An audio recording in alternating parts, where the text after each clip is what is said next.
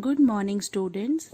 So today we start with the first chapter of biology, that is fundamental unit of life. It is the fifth chapter of your NCERT. Before starting of the chapter, let me tell you this chapter is the build-up of your class 8 chapter, that is cell structure and function. So now let's start with the chapter, that is fundamental unit of life. First question arises, who has discovered the cell for the first time? It was the scientist Robert Hooke who discovered the cell in 1665 from cork, which is obtained from bark of the tree. You know, cork is a very hard structure. So how he used it? He first boiled that cork pieces and then take thin slices of cork and studied them under his self-designed microscope. This was the self-designed microscope of Robert Hooke. Now, what he observed under his microscope?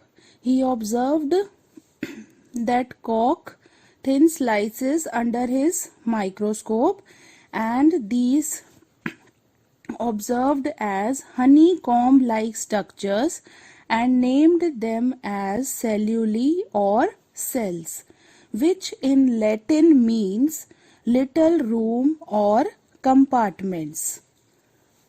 Now, after the discovery of cell, we can define cell as the basic and the fundamental unit of life, and all the living organisms are made up of these cells.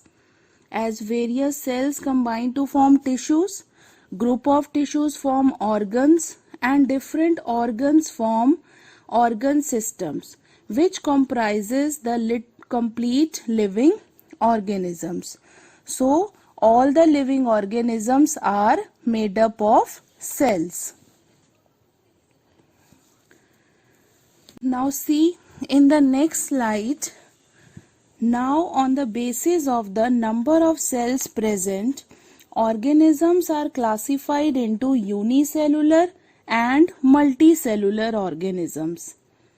So in unicellular organisms, uni means one, so organisms which are made up of single cell only, like amoeba, paramecium, euglena, all these are the called single celled organisms or unicellular. Uni means single. In multicellular organisms, multi means many. So organisms which are made up of two or more cells, like animals, humans, plants, more than one cells. So therefore called multicellular organisms.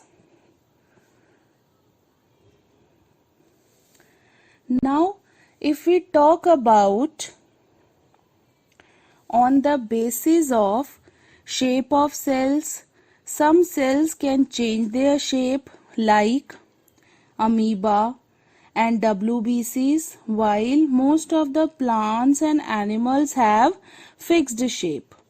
Few of them have been shown to you in this slide, like smooth muscle cell having spindle shape, blood cells disc shape, ovum is spherical in shape, fat cell is elliptical in shape, and nerve cell is elongated thread-like structure.